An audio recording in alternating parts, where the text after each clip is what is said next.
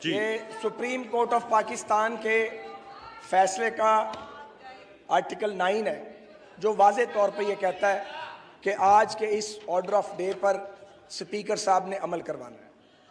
میں آپ کی خدمت میں یہ گزارش کرنا چاہتا ہوں کہ پوری قوم کو یہ بات پتہ ہونی چاہیے کہ کل کی پوری رات صبح 3 بجے تک ہماری ٹیم نے سپیکر ہاؤس میں وفاقی وزراء کے ساتھ اور سپیکر صاحب کے ساتھ صرف اس لیے گفتگو اور مذاکرات کیے کہ آپ آج ووٹنگ کروائیں اور توہین عدالت کے مرتکب نہ ہوں۔ اس میں چیئرمین صاحب اب فیئرنس کم از کم بولنے دیں، میں لمبی تقریر نہیں کرنا چاہتا۔ یہاں اسد عمر صاحب تشریف رکھتے ہیں، وہ مجھے یقین ہے غلط بات نہیں کریں گے۔ شاہ محمود قریشی صاحب بھی، پرویز خٹک صاحب بھی رات کی گفتگو میں موجود تھے، صبح بھی۔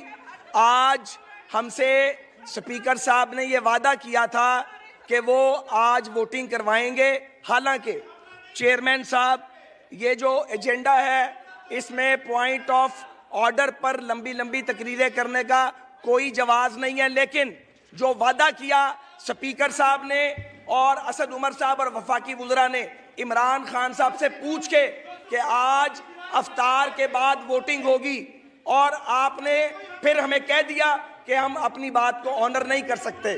تو گزارش یہ ہے کہ سپیکر صاحب جب یہاں موجود ہیں، اس چیمبر میں موجود ہیں، ابھی ہماری ان سے ملاقات ہوئی ہے، انہیں کہیں کہ وہ اپنی چیئر پہ تشریف لائیں۔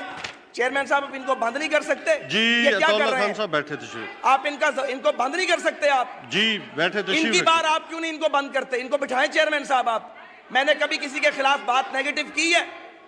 مجھے رسپونڈ کریں نا۔ ان کو چیئرمین صاحب آپ کو بٹھانا چاہیے۔ خان صاحب بیٹھے تشریف، یہ بٹھائیں گے چیئرمین صاحب؟ آپ چیئرمین صاحب یہ بتائیں کہ ایوان میں یہ غنڈہ گردی چل سکتی ہے؟ ہماری استدعا یہ ہے کہ آپ ووٹنگ کروائیں۔ عمران خان صاحب اکثریت، بخشی صاحب ٹھہر جائیں، کوئی بات، آپ اکثریت لوز کر چکے ہیں۔ آپ خدا کا واسطہ سپریم کورٹ کی توہین نہ کریں، اس ملک کو ایک ریاست رہنے دیں، اس کو جنگل نہ بنائیں۔ یہ جنگل لا نہیں ہے، یہ ایک ریاست ہے، ایک نیوکلیئر سٹیٹ ہے۔ آئین کو بار بار پامال نہ کریں، آپ ووٹنگ کروائیں۔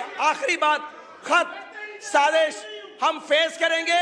ہم پاکستان بنانے والوں کی اولادیں ہیں اور ہم کسی سازش کا حصہ نہیں بن سکتے، لیکن آئین کے خلاف سازش عمران خان کو نہیں کرنے دیں گے۔ ووٹنگ کروائیں، ووٹنگ۔